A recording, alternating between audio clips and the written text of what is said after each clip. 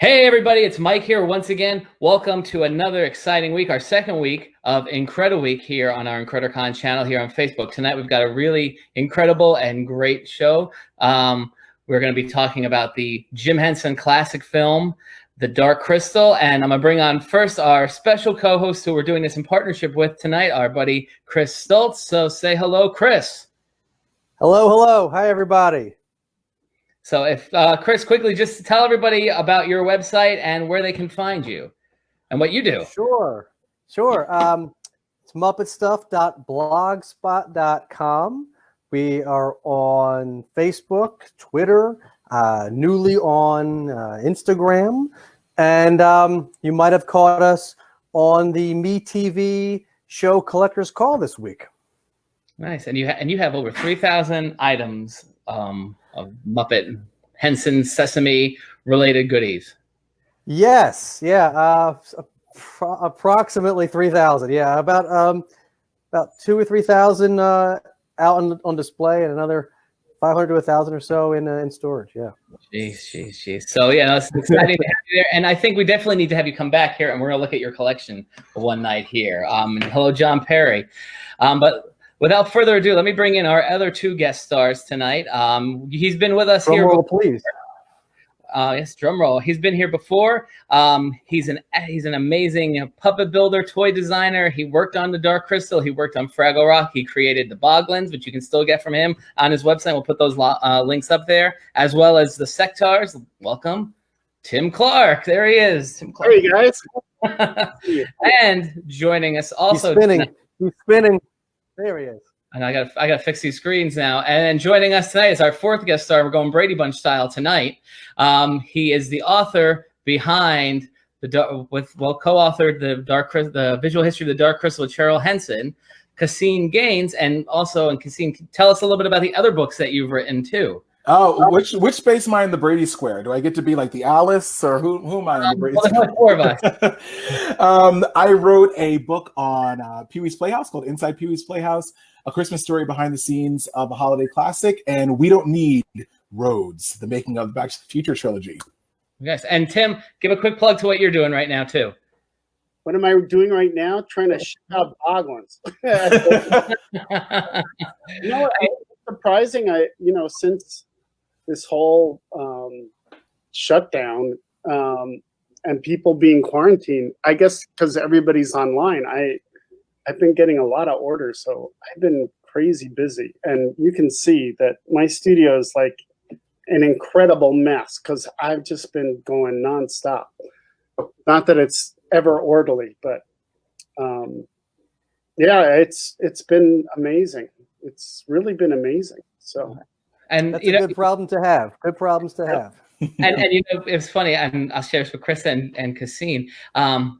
So for Christmas, my girlfriend didn't understand the whole Brady Bunch thing, so she bought me the Ultimate Brady box set, which has every incarnation of the Brady Bunch. Except it has AstroTurf, doesn't it? Isn't it like covered in AstroTurf? No, that was a rug one. This one has the Brady Brides and the Bradys. Right. And do you know who appeared on the Brady Bunch Christmas special? Who's that? A Boglin. Really? Yeah. Because I was sitting watching. Probably late 80s, early 90s, and one of the kids is playing with a Boglin and holds it up over his uncle's shoulder. It's pretty bizarre. Well, do you get royalties for that, Tim? No. I was watching that was probably Mattel product placement. Yeah, well, because the character's father worked for a toy company, but I'm watching it and I'm like, what the hell? It's a Boglin. So I paused it, took a picture, and sent it to Tim, which is hilarious. But anyway, so tonight we're here to talk about the Dark Crystal. We have a handful of viewers already watching us tonight. So let's start about the Dark Crystal. Dark Crystal has been around. Oh, what do we have down there, Tim?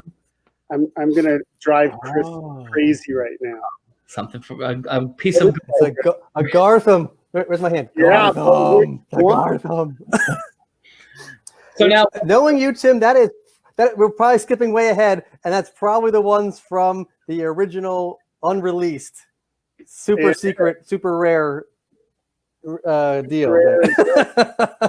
I Here, let me give Tim the stream, so just so you can show it to everybody, Tim. What you got there? You got this. You got it. Let's see. This is the original Aviva Hasbro Dark Crystal Gartham, which I sculpted for. This was one of the first toy sculpting jobs I had. Wow. And I did this one and the Mystic. Oh, that's beautiful. They're both beautiful, but that's great. And the Landstrider. Wow. Wow. And I believe there's only maybe a dozen of these in the world. So you talk about rare toys. This is super rare. Wow. Well, I mean, I guess let's start off with the toys. So, Tim, you worked on the movie, and then you worked on the toys. How did that develop? How did that work out? You went from, did they know you worked on toys going into this, or did they know you worked on the movie? So, Jim Mahon, who was one of the art directors at Muppets, when I came back to New York to work on Fraggle Rock, he came to me, I think, just as I was finishing work on Fraggle Rock, and he said, "Look, Hasbro's going to be doing the license for Dark Crystal toys. Would you sculpt some of the figures?" And I said, "Yeah, of course, I would love to." So I did the Mystic, and then the Gartham, and then the Landstrider, and I think I ended up going up to Hasbro in Rhode Island for about probably 3 weeks to do the finishing on them, so that they met their specs. Because, granted, I had been sculpting stuff forever, but not specifically towards toys. So all of these guys are sculpting 2-part molds. So to get this level of detail out of something that was restricted to 2-part molds, that was a learning experience, especially when you look at the back detail on this Mystic. That was not an easy thing to do. So this all had to separate from 2 pieces. So the dividing line would be down his tail, down his back, the arms were split, and his head, the dividing line was down the center seam of his head and his hairline. So yeah, it was crazy. It was an interesting experience. Good learning experience, that's for sure. Now let me ask, and you probably know the answer, and I'm going to say Chris might even have some more rare Dark Crystal toy stuff. Who knows? And Caseen, you dug through the Henson archives with Cheryl and Karen Falk and stuff. What happened to this toy line? What's the story behind it? Because there wasn't a lot of merch for the movie. No, there wasn't a lot. I mean, and to be honest, I'm going to be completely honest with you. That was an area for the book that we didn't really get into too much, because there was so much to talk about with the making of the movie. So I'm actually curious. I mean, to be honest with you, I'm learning. I'm sitting here like everyone who's viewing on the stream. Stories as to why Hasbro didn't release the toys. One is that when the movie was released, they decided it was too scary for kids, and they shelved the whole thing. The Jim Mahon says that they never intended to do the figures, because all they wanted was the baby Muppet Babies license. Okay. So it was never their intention to actually do the Dark Crystal toys.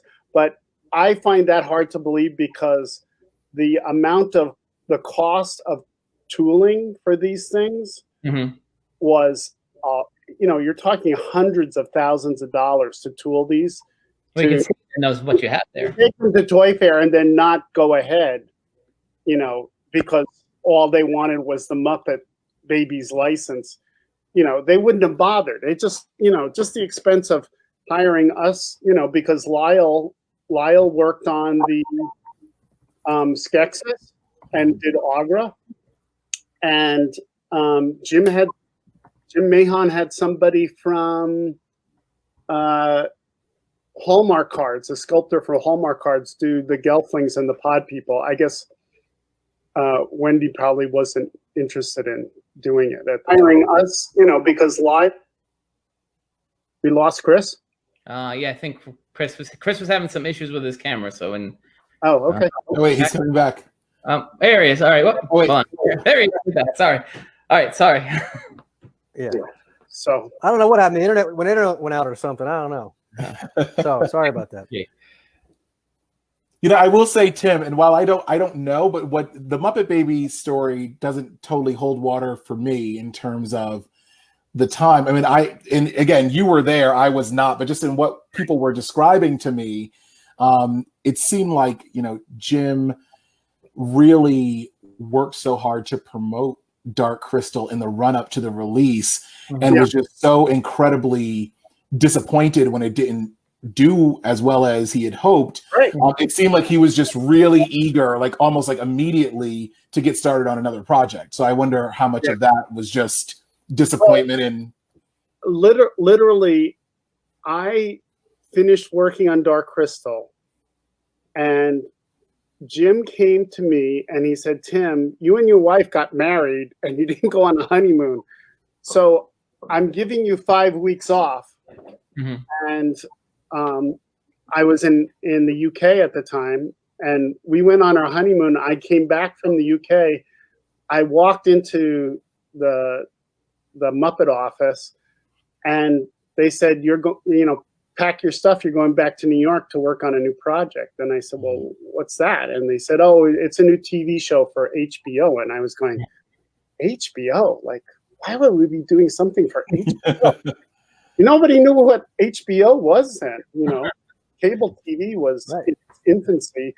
And so, I packed and we went back to New York. And then I immediately walked into the Muppet Workshop, which was the new workshop, which was on 69th Street, where the mansion was, and they made the mistake of putting all the puppet builders in the basement of the building, and they had central air, and we were working with all these adhesives and spray paint and everything else, and they soon realized, this wasn't such a good idea because the fumes are getting. It was a central staircase and, a closed air conditioning system. And everything was just, we were stinking up the whole building, basically.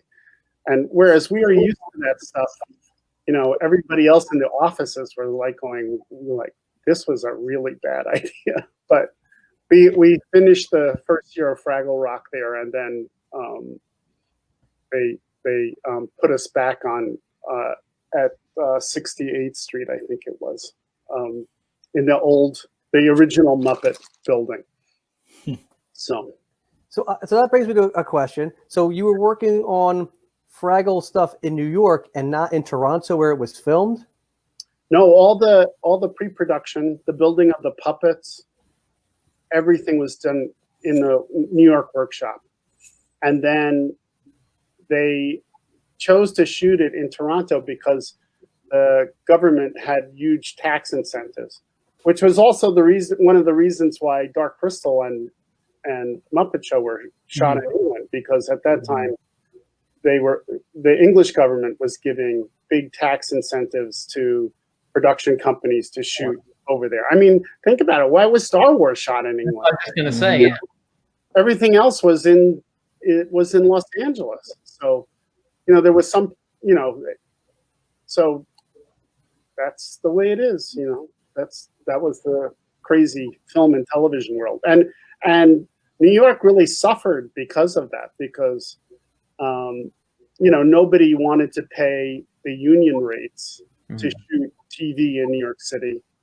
And unless they needed, New York City itself as a backdrop for a movie.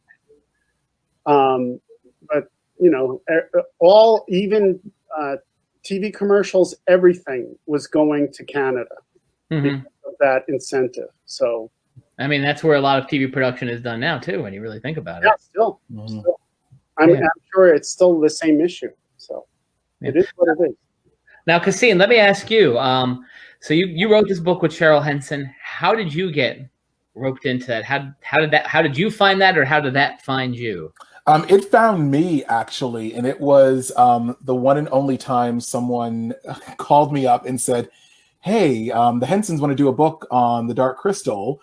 Are you interested? And I was like, yeah, absolutely. I mean, it was like and now keep in mind it was the fourth book that I had written. So, there were other things that were out, and I think they had read, someone was familiar with my Back to the Future book. So that was really the connective tissue, but it was a whirlwind. And I have to tell you, like, I think the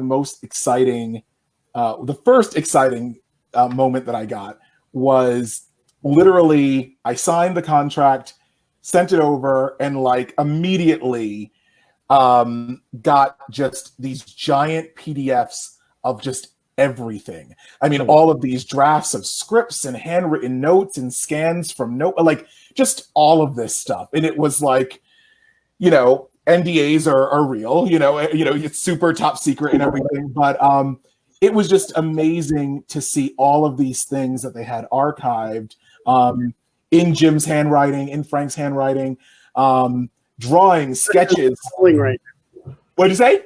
I said Chris is drooling right now. Chris, I promise I won't share anything with him. I honor my contracts. That's why we're not in full HD. Otherwise you'd see. But that was amazing. And then I was invited out to Henson's in New York, and just Karen. You mentioned Karen Falk, the archivist there, and she's amazing. She knows everything, and knows where everything is. Like, so she could go into like this random shelf, this random box, and say like, oh, I think it's about like a third of the way through. Yep, here it is, right here. It was just remarkable. And I spoke with Brian J. Jones, who wrote, of course, the Jim Henson biography, and he said, it was the same thing, both in New York, and he went out to LA. I didn't go out to LA. Now, were you guys doing it around the same time, right? No, his biography was out a little bit before mine, before my book, but I met him actually at a function that Tim was at. The Hensons threw some event, I think it was maybe a birthday party for Jim or something at the Museum of the Moving Image. And so I met Brian there, but I'd been acquainted with him, just talking for the book, and he was a great asset. I've lost the thread of the question because I'm thinking about all of the cool stuff Chris can't see. Well, I mean, you mentioned Karen Falk. I mean, like, and I definitely to give her a shout out. The work that she does over there, like you said, she knows everything, and I know she does a lot of work with the Moving Image Museum as well, because they're doing these other great live casts weekly. But I mean, yeah, like you probably had access like everything because they really. Oh, we lost Chris again. The jealousy drove him. He's been driven out now. but like you mentioned, like they literally save everything because some years ago I got to go over there as well, and like you said, she pulled out this binder. She's showing me these business cards that Jim wrote on the back of, and it's just like, and she knows where every little thing is. Well, look, here's the thing that I love, and I have such respect for Karen because, like, for me, as I said earlier, Tim was there. I was not there. I spoke to everyone secondhand. I got their memories. I got their reflections. I put it all together in a pot and sussed out, the narrative. But, for people like Cheryl, who, was seeing her father work on this project, Cheryl, who did some work on it, for people like, you could just name drop a ton of people that worked on the film, including Tim.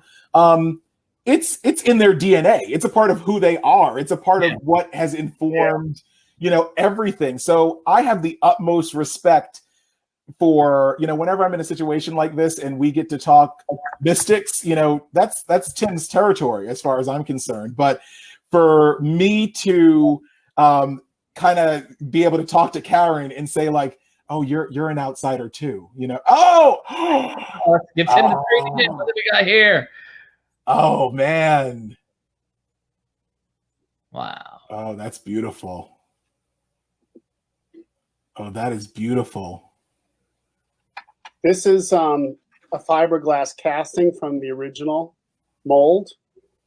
Wow. And, these were used for the museum exhibits.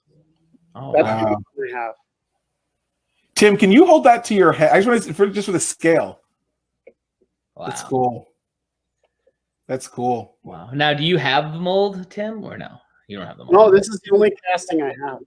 Wow. This was given to me when when the movie was over. Wow. That's really cool. Can I ask, Tim, how, I know this is a really annoying question that everyone asks everyone who's worked on movies, but like, were they generous in terms of being able to say, like, here's something you can take home? Like, I know Raleigh. No, to tell you the truth, I think that's more recent in movie making. Nobody ever said to us, this can't leave the studio, because I would take stuff home on the weekends to work on. Mm-hmm. So, it's like I have photographs that I took in the backyard of the house I was living in London, because I wanted stuff to be photographed in natural sunlight, because everything in the studio, the gels were really heavy, and they had all this smoke pipe, so it's like you didn't see like the detail that was, in these guys. So,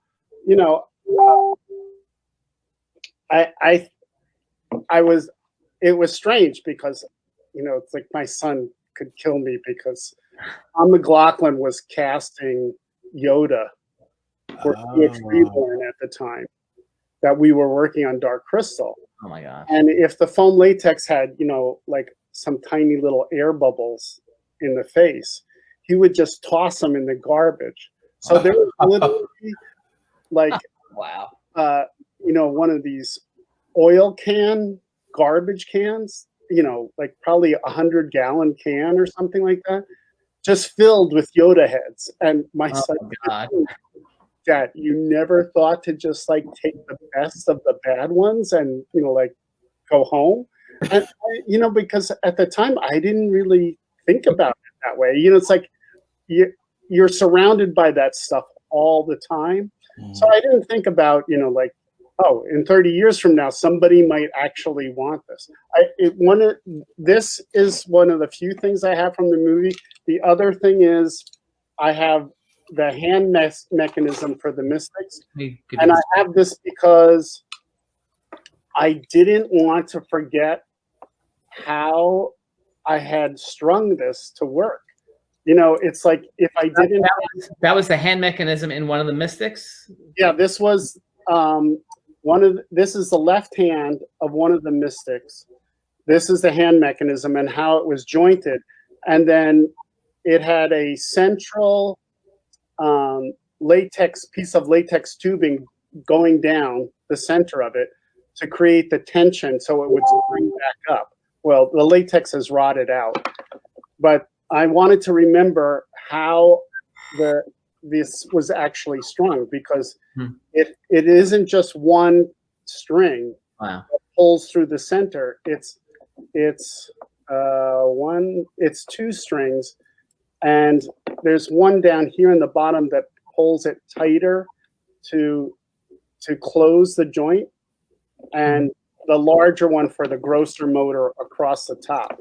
And so, like, I was afraid if I didn't bring this with me, I would never remember how the heck I did it. and I wanted to be able to use it again in other things, for other puppet creatures, in the future. So, Tim, can I ask you, one of the things that someone mentioned to me, and I can't remember exactly who it was, and I feel badly, but who worked on the film said, everyone, you're making this movie where it's all puppets. There isn't a live human in it. Everything is literally created. So much of the vegetation is created, and that none of you had this awareness that it was the only time that was ever going to be done. That, like, do you agree with that? Do you feel that way? Yes and no, because certainly stop motion animation is a form of puppetry, and that had been done, you know, with nothing but stop motion puppets.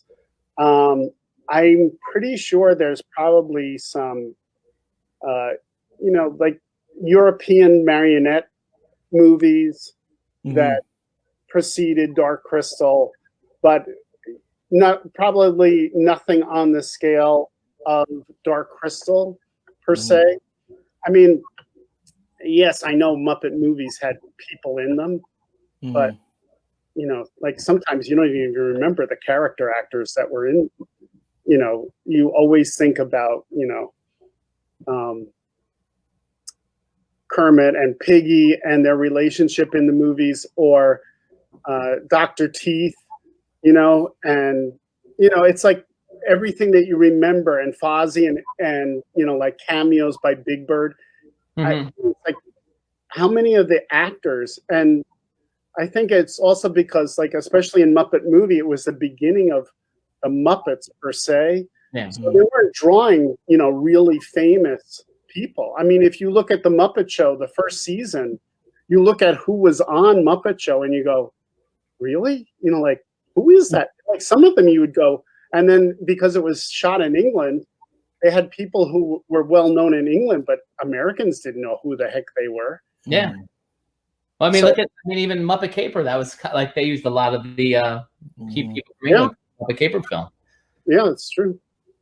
So that Muppet Caper movie, because I did a little bit of work on Muppet Caper because we took a break between working on Dark Crystal and working on Great Muppet Caper, and that swimming scene.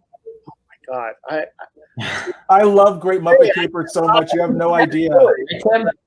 Because first of all, I remember they had used a coating on Miss Piggy's clothes, and I think also on the foam latex that had been used for Superman. It was this special coating that you could put on fabric that resisted, kept fabric from absorbing water.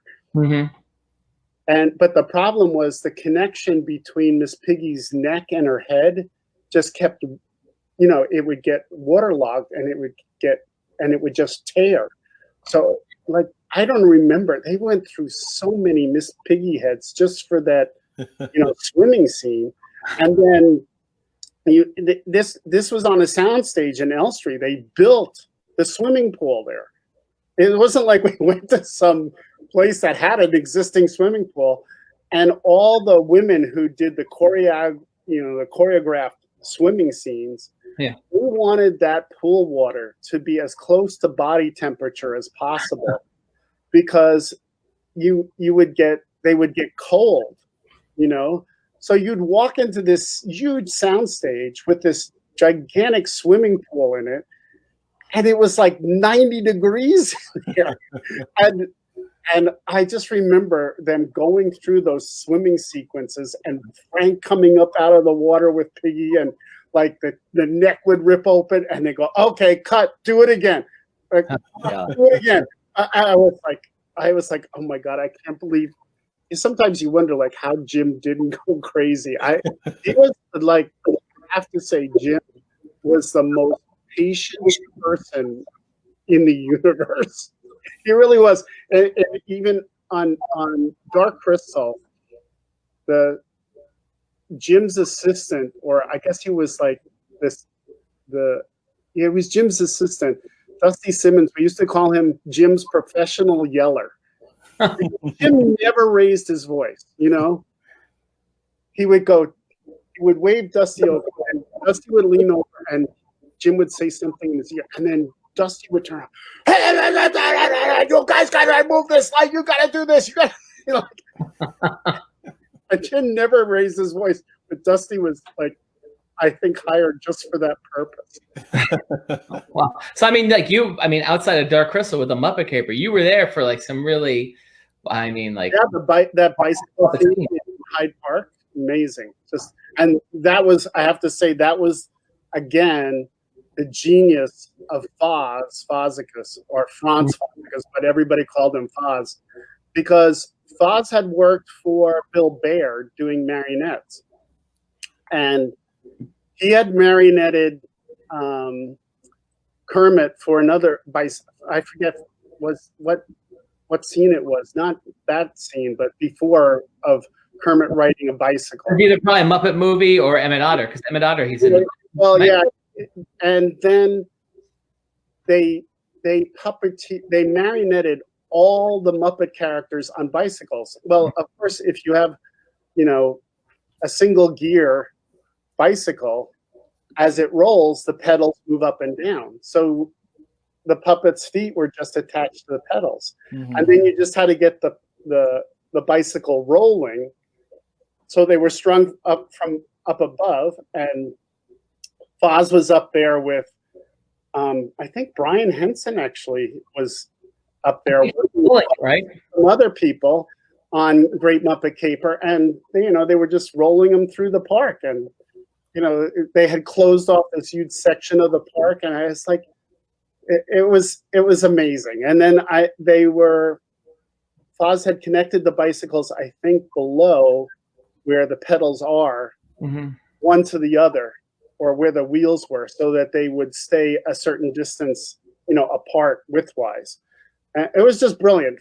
Foz was just amazing at coming up with very simple solutions that you could do on film that looked really complex, but were incredibly simple. And I'll never forget one time when we were in New York working on Dark Crystal, he called me into his studio and he said, "Tim, you got to come and see what I just did." I said, "What is it, Foz?"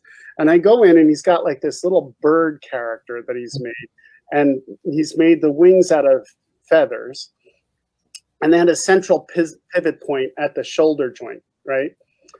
And then he had a rod going through the center to make its legs move up and down. So it was sitting on a twig, and it would move up and down like this. And then, now watch this. And he pulls out one of those compressed air cans that you use for, cleaning your computer. And he goes underneath it, and he squirts it, and the bird's feathers go up and down.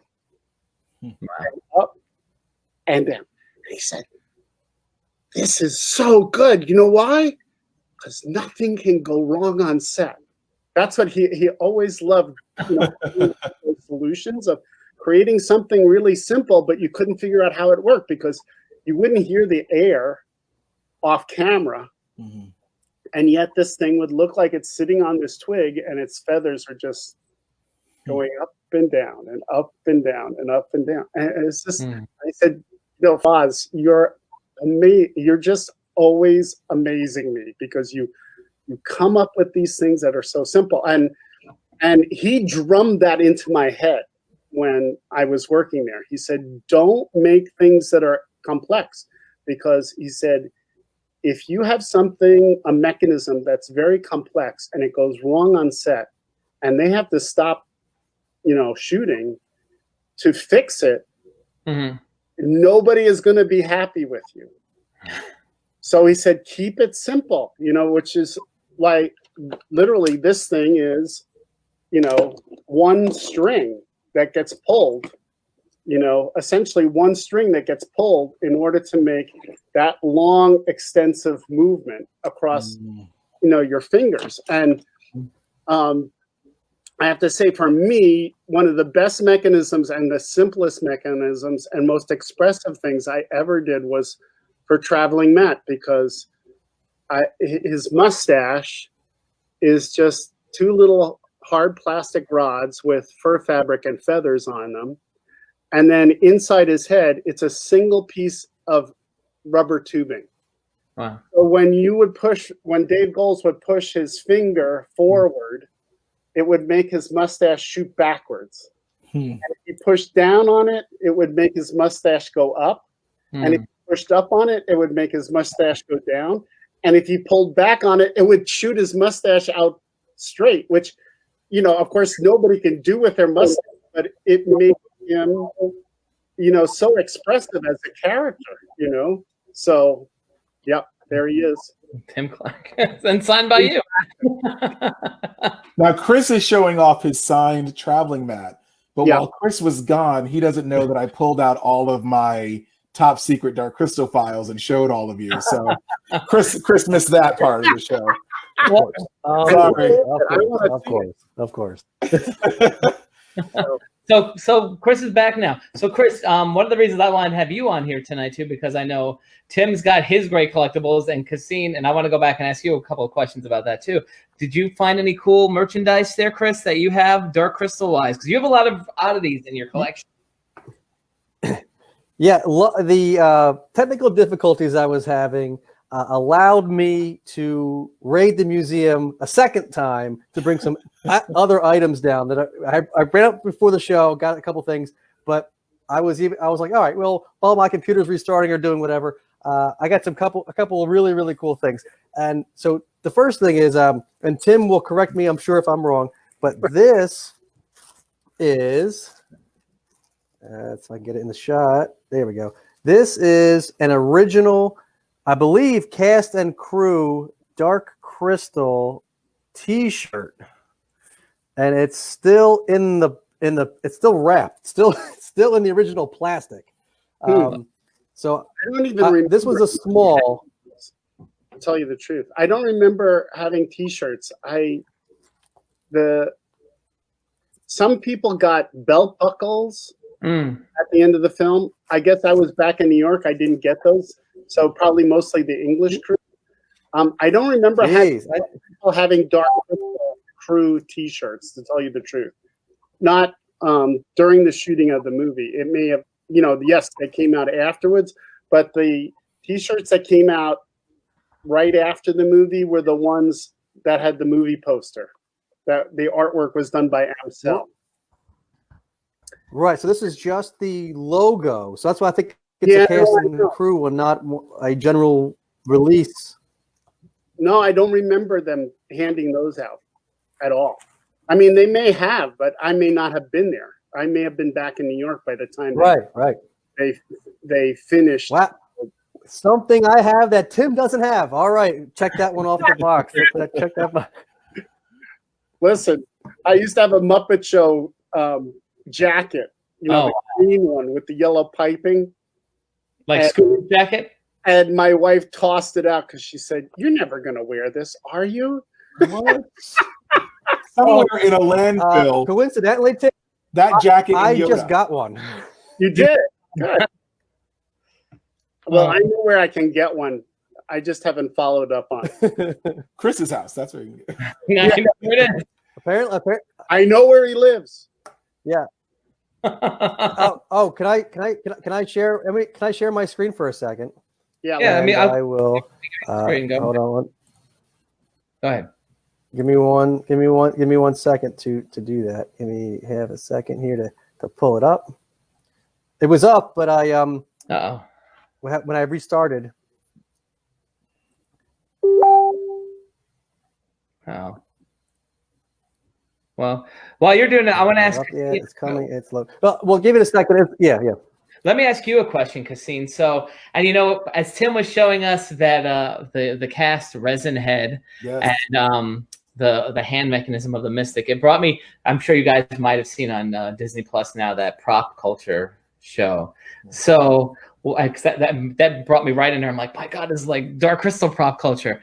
While the Henson people sent you all this artwork and stuff, I guess going around interviewing, meeting people like Tim who worked on the film, whether it been designers or puppeteers, what have you, did you come across any really interesting artifacts from the film? I didn't come across, in terms of physical artifacts, I didn't come across many physical artifacts because I imagine most of you have to remember, most of those things were traveling. They were either at the museum. When I was working on the book, I don't think the Henson exhibit, I don't think the exhibition was open yet at the time. Because I went to the opening, actually. I think, Tim, you were at the opening. Were you at the opening as well? Yeah. The permanent one, is this the part you're talking about? The permanent one? There were. I went to two things at the MoMI, and I think I saw Tim at both of them.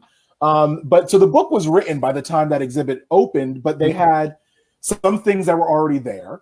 And then remember, they had some things in Seattle. They had some things down in Atlanta. Things were destroyed, unfortunately. Yes, and the thing that people don't really, I've spoken to enough people, and I stopped asking the question because the answer is all the same. Is that a lot of these puppets just don't last? They're meant to last for a production, and kind of like Tim was saying about the Yodas. Like you're done with the production. No one's thinking at that time like, let me save this for 30 years. One day Chris is going to want to put it in his museum. Like no one's thinking that way. So it's unfortunately, I didn't see that, but I will say the thing that I loved the most about the book was talking with Wendy in particular about all of the different, Wendy Froud, about all of the different Jen and Kira's that she made. I mean, that was mind-blowing to me. And we have pictures of probably maybe about 16 or so Jen's and 16 Kira's in the book. And she said she easily made triple that amount. I mean, she was just making them all the time. And she said, in her very polite way, she said, Jim was driving her crazy because he didn't know what he wanted. The only thing that he kept saying was he wants it to look heroic. He wants them to look heroic, and he wants them to kind of look like humans, but not look like humans and look heroic. And she would sort of say, well, what does that mean? And he would kind of go, Brian would say, like, he'll know it when he sees it, sort of thing. And so she just kept going. Yeah. I have to say, I was talking to Wendy and Brian at the Great Conjunction in London, and it's interesting, it was very interesting what people remember from, working on the show. And Brian said to me, Jim drove us crazy because he was working on Muppet Show, he was working on Great, and he was working on Dark Crystal, all three of them at almost simultaneously, or one right after the other, or simultaneously. I mean, simultaneously is really the way to put it. Yeah, and Brian said to me, kept on saying to him, Jim, you have to come in and try on, Jen's head, because we need to fit it to your hand in order to make sure it's going to work right. Well, Wendy has tiny little hands. Jim was 6'3", I think, and he had really big hands. He did not have small hands. And so, of course, the first time he finally came in for a fitting, he couldn't even get his hand in it. So Wendy had to go back and it's true. Wendy had the patience of a saint, because she went through so many, and I know you have the photographs in your book, so many variations of, Jen and Kira. It's incredible. Well, she said, it's funny that you brought up, oh, sorry, go ahead. Yeah, we used to say, everybody in the shop used to say that Jim had, some people said he had a whim of steel or a whim of iron, because I remember one time I was sculpting one of the Mystics' heads, and Jim comes in, and yes, thank you. There we go. And he says to me, Tim, what if you tried doing this and this and this and this? And I said, okay. So I spent, he would come in once a week, early on production, he would come into the studio like once a week. And so I re-sculpted the Mystic's head, comes in the next week, and he says to me, Tim, what did you do? And I said, well, Jim, last time you were here, you said you should do this and this and this and this. And so I changed it. And he said, no, but I didn't mean for you to do it. I just meant for you to think about it. And I was like, and then he walked away, and I was like, does that man not know who he is? And that's what we all felt like, was like, are we really supposed to listen to you and then ignore what you use and just keep going? Or are we supposed to do what you tell us, So that's why we used to say he had a whim of iron. And everybody in the crew experienced that at some point or another, where Jim would come in and he kind of just throw these ideas around, and you go, okay, I got a lot of work to do this week, you know. Well, and the one thing that I wanted to add to that Tim did not mention is that what really drove Wendy crazy was Jim was so busy that by the time he actually did his fitting, it was like 3 weeks before filming. I mean, like there wasn't like the luxury of time, you know. It was like, you know, she, you know, like Tim said, you know, begging him to come and just put his hand in the thing and try it out. Yeah. And by the time he got around to it, it was like, oh, they gotta make it bigger. Remember, also at the same time, he was flying back to New York to shoot Sesame Street. Yeah. So, imagine he was working on Muppets in the early days of Dark Crystal in London. Jim was working on Sesame Street, Muppet Show, and Dark Crystal, and then we interrupted production on Dark Crystal to do Great Muppet Caper because Lou Grade said, you know, Jim, before you shoot this Dark Crystal movie, I want to make some more money, you know, and we're going to do another Muppet movie. So, you know, it was like, it was unreal. It was amazing times. I was just going to say. What I heard was it was like a 2 for you, 1 for me, 1 for you kind of deal. Like, so yeah, you could do the Muppet movie to see how it went, and it went well. And so Jim had asked to do Dark Crystal, we'll do something different. And Lou Lord said, okay, you can do Dark Crystal, but you also have to give me another Muppet movie. Exactly. So we'll do a Muppet movie and Dark Crystal, and they shot almost, you know, like I said, there's pre-production on one, and they shot almost simultaneously. It was something like, I mean, my recollection from the book was that it was something like maybe like a 3-week hiatus between the two projects. I mean, they were almost between the movie. No, Caper, between Caper and Dark Crystal in terms of filming. That's a good. No, I think it's hard. The way that I understood it in Caper, but yes, it was very soon afterwards. But yeah, because I think a lot of the crew actually did work on both, because essentially they were kind of doing, you know, in a way, the way that Jim sort of saw it was like, you know, Muppet Caper in a way was almost like R&D, you know, in some aspects for Dark Crystal. It's funny because I forgot who said it, but so it might have actually been a quote from Jim, from an archival quote, of course, where he said, you know, essentially Dark Crystal was a Star Wars, rather, Empire was like an R&D for Dark Crystal, you know, loaning Wendy out. We were way into production on Dark Crystal before Yoda was started. Mm-hmm. So, but I think Wendy was having trouble with the latex. I can remember at one point, Lee Donaldson was working on a mechanical hand for the Skeksis. Mm-hmm. And Jim brought Steven Spielberg into the shop. Nice. And this was when we hadn't moved to Elstree yet. So it was early on. We were still in the Hampstead suite. Mm-hmm. And, you know, he's showing Steven all these things that we're doing, how the puppets work, blah, blah, blah. And he goes over and Lee starts demonstrating him how the Skeksis hand would work. And afterwards, Steven Spielberg leaves, and Lyle Conway went up to Jim, and he said, "Jim, what are you doing? You know, like, you bring Steven Spielberg in here, he's going to steal all our ideas." And Jim just turned to him and he said, "Lyle, don't worry. No matter what they do, we're always going to do it better."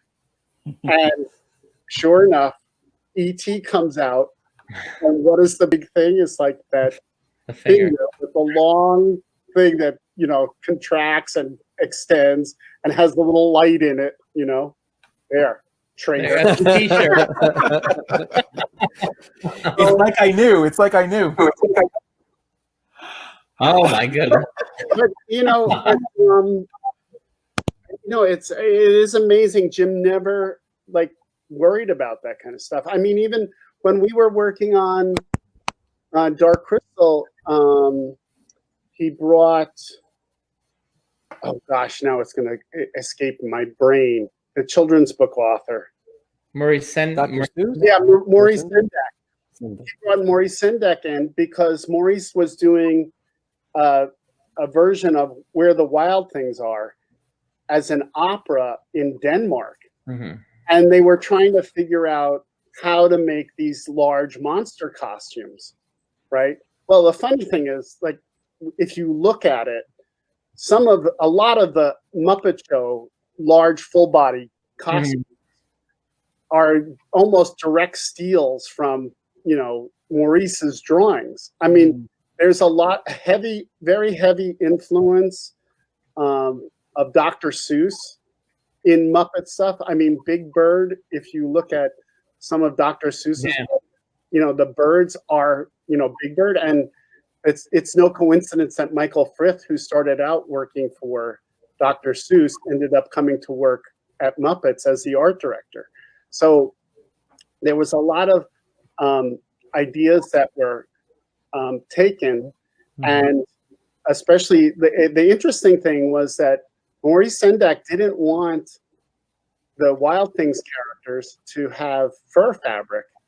He wanted them to have painted cloth that was painted to look like fur, like his drawings. He wanted them to look like his drawings, not like an interpretation of fur, done with fur fabric, which I thought was really interesting. I thought it was a really interesting idea to think about a three-dimensional object and represent it as a two-dimensional piece. So that's another sidetrack. Sorry. I mean, it's not really sidetracked because, like you're saying, and like even Caseen was saying with this book, all this stuff was going on at the same time, and like all these people were coming in and out. I mean, like really, that time at Dark Crystal, and I'm sure probably when you were doing your research for the book too, like that was really when the Muppets were at their highest peak, probably like in that early '80s thing. So like people like Steven Spielberg and George Lucas, Maurice, everybody popping in and out. The other thing you have to remember, it's not like making a movie today where the filmmaking process is 18 months or even 2 years or even 3 years. I mean, with Dark Crystal, I mean, it was something like a 7-year, maybe like 6-year process from working in New York, all the way through to filming. And the other thing that I think a lot of people don't realize, again, very unconventionally, is that the puppet builders were working on all of this before there was really a solid plot. I mean, it was a lot of world building and character creation, and Jim sort of saying, like, I'll figure it out later. I mean, he had certain things that he wanted to see, and obviously Brian Froud was certainly instrumental in the aesthetic and the world building aspect of it. I mean, so much of Dark Crystal comes from that. But, part of the reason why that movie was so expensive is because just millions of dollars were spent just, again, making Jen and Kira's and throwing them out, and just until we get the right one. Yeah, I mean, and I didn't know, literally, I started working on Sesame Street stuff for overseas right out of college because I had taken classes at Pratt with Kermit Love. So I graduated, I started working with Kermit, building Sesame Street stuff. And then I went right in from that to working on Dark Crystal. And it wasn't until, 3 years ago, I was at DragonCon and I was on a panel with Charlie Chiodo and Nick Maley, who worked on Yoda. And at one point, Charlie turns to me and he says, and then you bastards made Dark Crystal. And it was like, what did I do? He said, after you guys did Dark Crystal, we would, every time we got called in to design a creature for a film, they'd say, now I want you to make this look just like those things that were in Dark Crystal. I want them to move just the way they did. And Charlie would say, you do realize you're asking me to do in 3 months with those guys. Jim has a dedicated workshop of people. That's all they do, all day long, every day of the week. yes, literally every day of the week, because it was Monday through Sunday. And he said they took, you know, almost 2.5 years just in production, direct production of building those things, and you want me to do that in 3 months? It's not going to happen. You know, I'll give you the best I can, but you know, it's like I was totally cut off from that Hollywood system of knocking things out within a few months, where, you know, I didn't realize, you know, that yes, I knew it was a luxury to work there. There's no doubt about it, but I never realized what extent the luxury was. And that's because Jim was making, you know, so much money on licensing of Sesame Street and Muppet Show that he could afford to have us, you know, work, you know, exclusively for him, you know, which nobody else had, which is probably why he was so confident about, you know, don't worry about it. Nobody's ever going to do, you know, stuff as great as what we're doing. Well, and the other thing too, you know, when you think about the human aspect of it, and one of the things that Cheryl really communicated to me, and she has very strong memories of this, is that it really put like a strain on the family unit. You know, so much money was being spent on Dark Crystal. I mean, you know, the irony is that Dark Crystal never would have been made if Jim wasn't at a point in his career where, like Tim said, he had the money. He had 5 successful seasons of the Muppet Show, which he walked away from. I mean, they wanted him to do more. He had Muppet Caper, he had Muppet Movie, and, you know, he had money to spend. And then when Dark Crystal was costing so much money, and then the backers had financial trouble, and just to keep the movie afloat, he had to put in his own money. You know, Jane was saying, telling him he was crazy. Yeah, you know, literally. I mean, Cheryl said literally, you know, there were arguments. You know, it's like, dude, you know, you've got a family, you've got kids, you know, you can't spend all of this, but he really believed in it. And it's funny because I've never forgotten this. Cheryl said, so I said, you know, well, how does he know when he's done? You know, you're tinkering with it. You know, she said there were certain things that he was never totally satisfied with. And she said, you know, at some point, she said a favorite expression of her father's was, "What's done is beautiful." And at some point, you just have to call it and say, "That's it. We're we got to start letting the public weigh in on this." But you know, and I have to say, somebody asked me, you know, when I was at James River Film Festival, believe it or not, which is just a coincidence I have this shirt on. Somebody asked me if I had any regrets.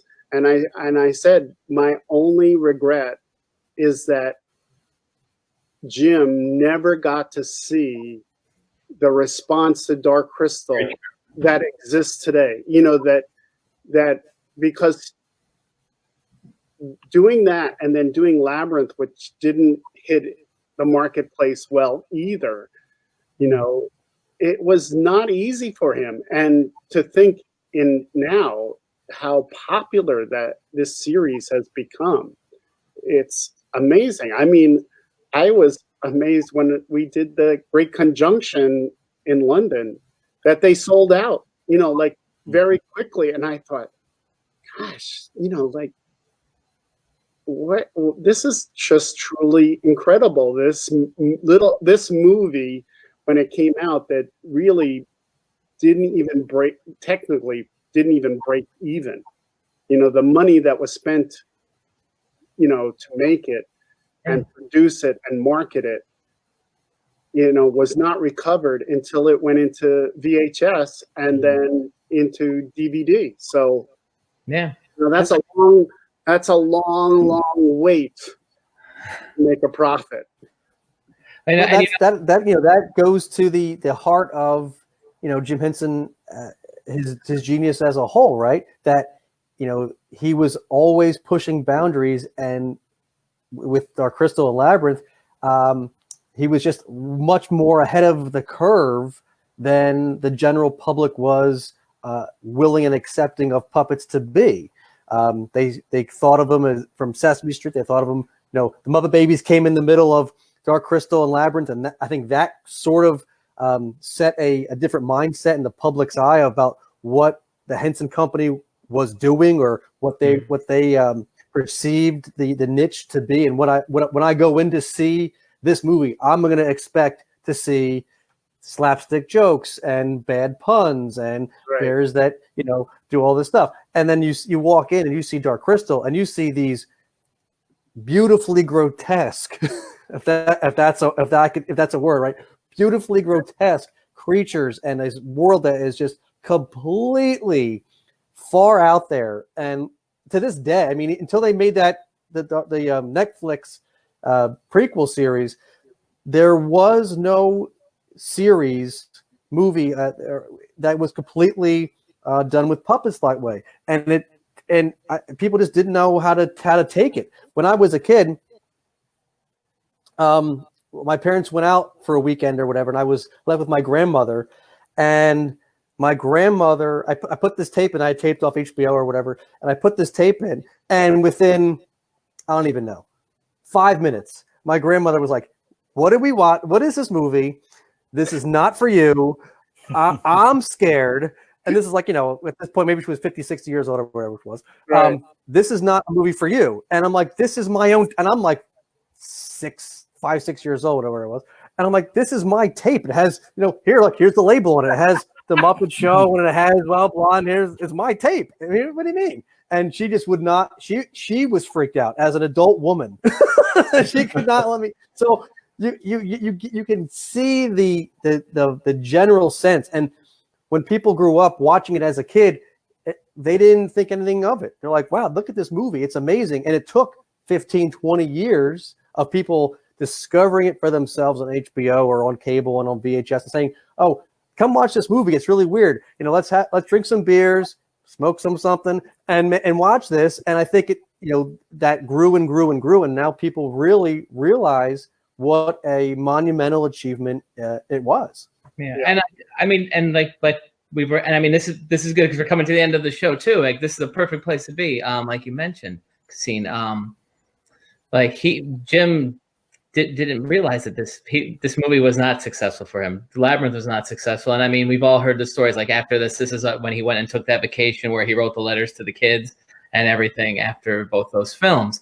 And the fact that Chris was saying that there's a TV show now, and there's all the stuff in Chris's museum, the Funko Pops and the Funko figures and the comic books and just everything that's out there. Dark Crystal, like Jim, there you go. Like, you know, like Jim would be flabbergasted probably at this point to know like this show has now taken on its own like mythology and life, and even after long after us, probably they will continue to go on this world. So I think like, I mean, that was definitely a good place where we should be wrapping up with this. We did get one question coming in here.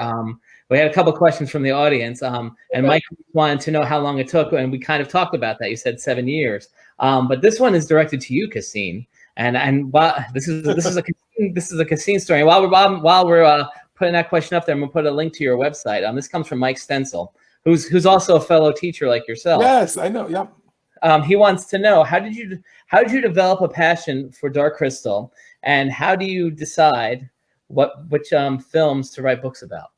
Well, I have a great love of puppetry, and you have to remember, I grew up in the 80s in a time where, you know, puppets were everywhere, whether it was Little Shop of Horrors, E.T., Dark Crystal, the Muppets, of course. I mean, you know, the 80s the late 70s and 80s were a great time to just see puppets everywhere. Commercials, you know, Tim mentioned before, stop motion animation, you know, like that.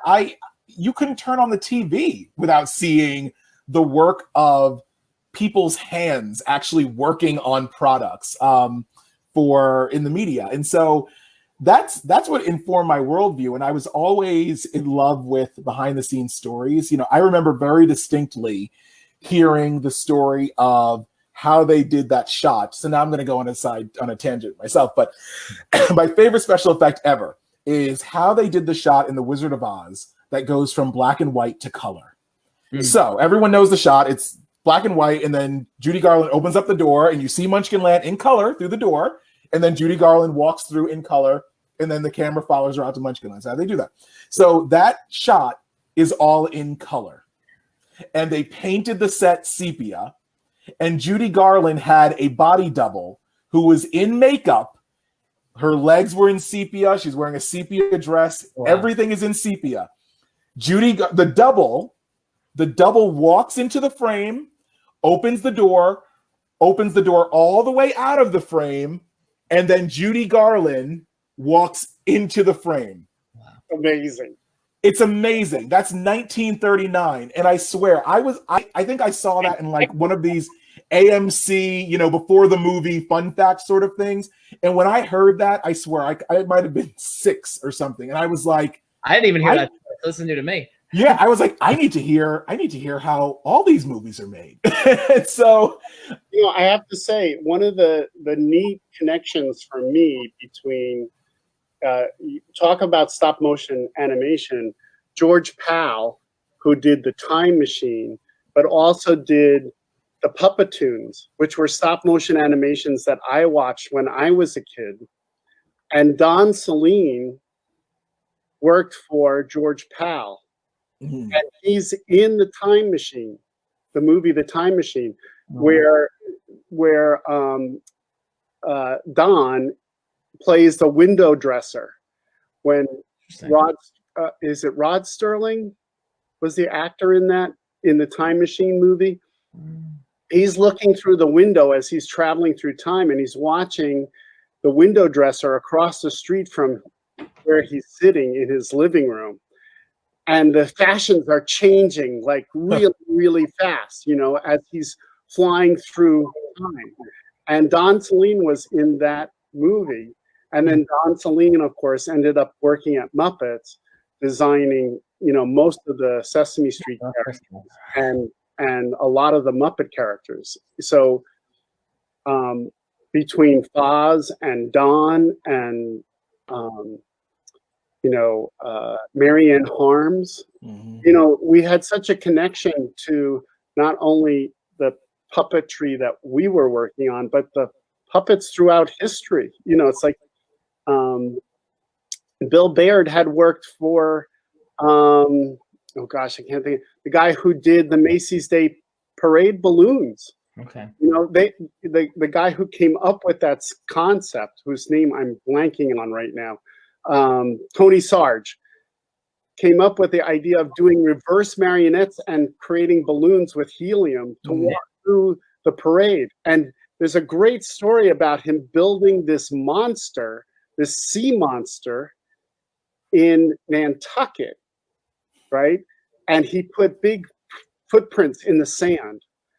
And he just had a bunch of townspeople that he hired go into town and say, "Oh my God, there's this sea monster out in the ocean, and there's these huge footprints in the sand." And this became like an international story in newspapers about this sea monster off the coast of Nantucket that was terrorizing Nantucket.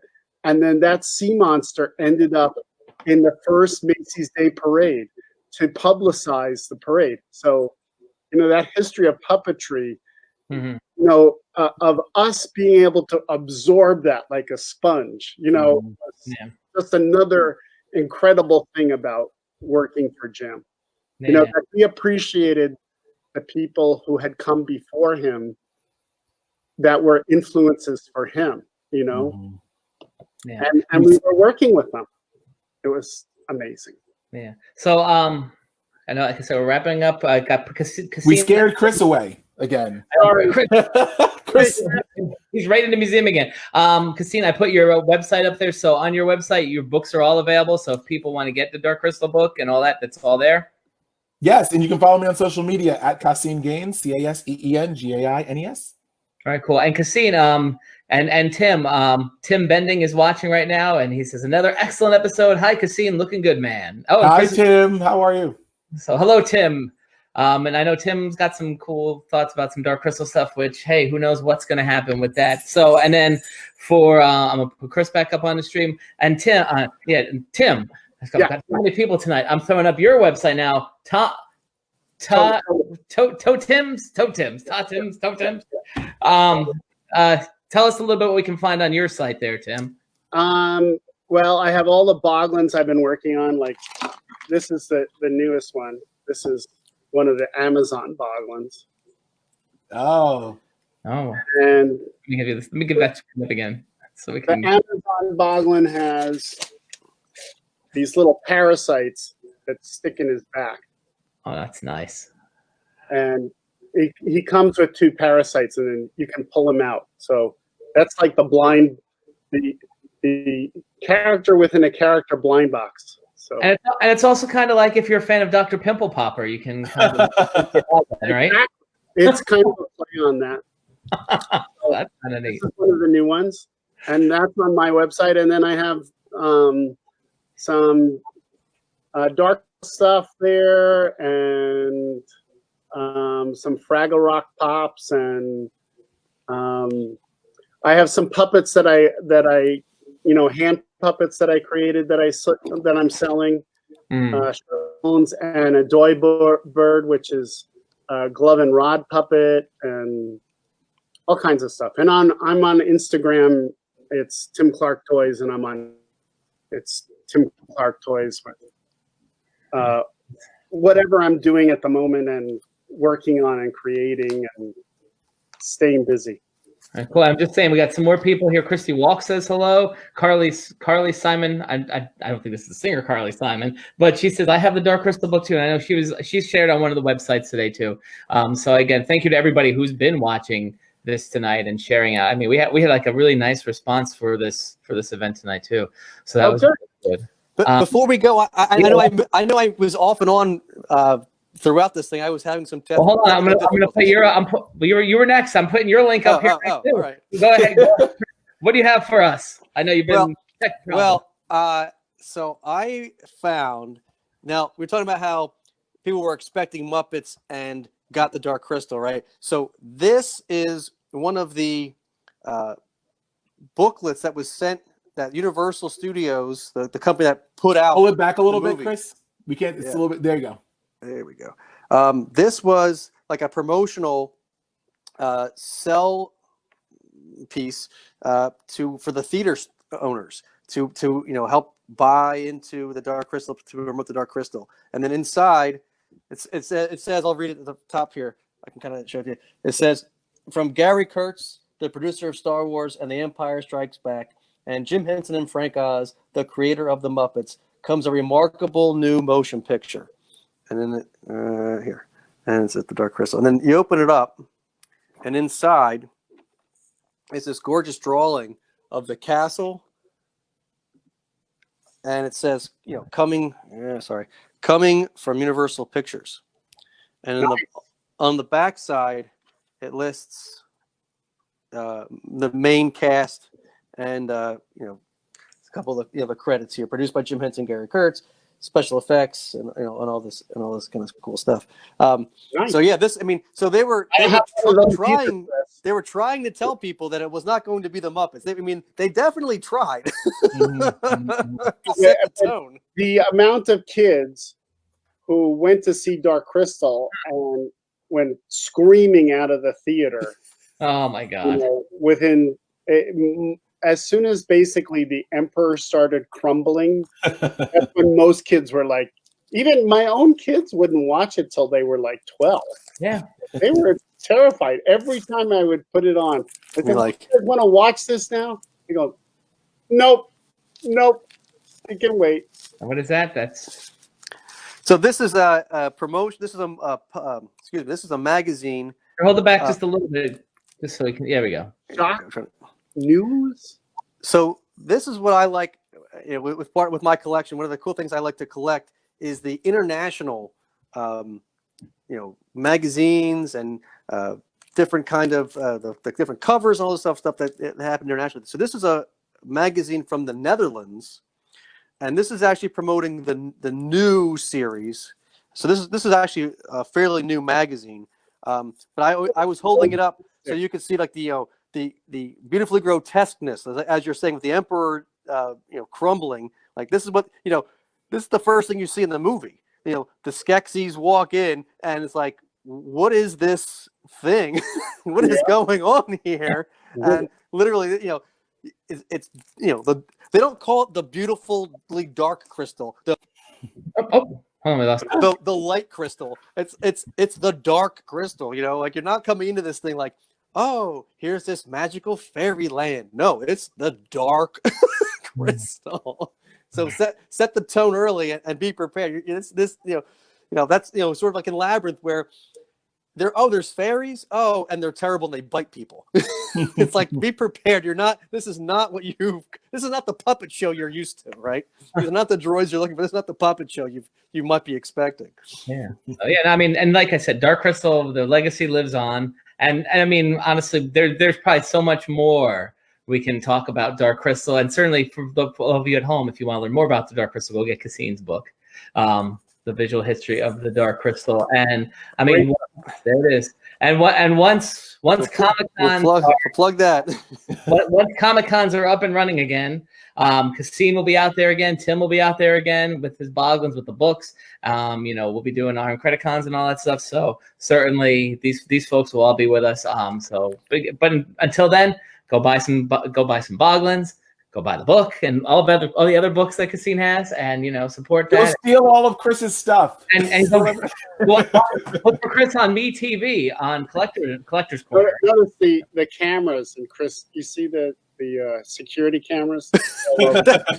That's actually a speaker, but sure, that could be a camera, right? So yeah, once again, everybody, thank you for joining us for tonight's IncrediChat. Thank you, Tim, Chris, and Caseen. It was a lot of fun as always. And just a quick plug for tomorrow night, we have Diane Alito. Caseen, you know Diana, right? Yes, I do. Yep. I don't know if Tim and Chris know Diane Alito. She's the hardest friend of us. So she's gonna be with us tomorrow night at 8:00, and then at 9:00 we have Lancelot Falk, who was an animator for a lot of the Warner Brothers cartoons and Hanna-Barbera shows in the late '90s. So that's gonna be a lot of fun. So tune in for that now, and we will see you guys all very soon. Thank you once again for joining. Thanks for having us. I hope so. Thank you. Stay well, everybody.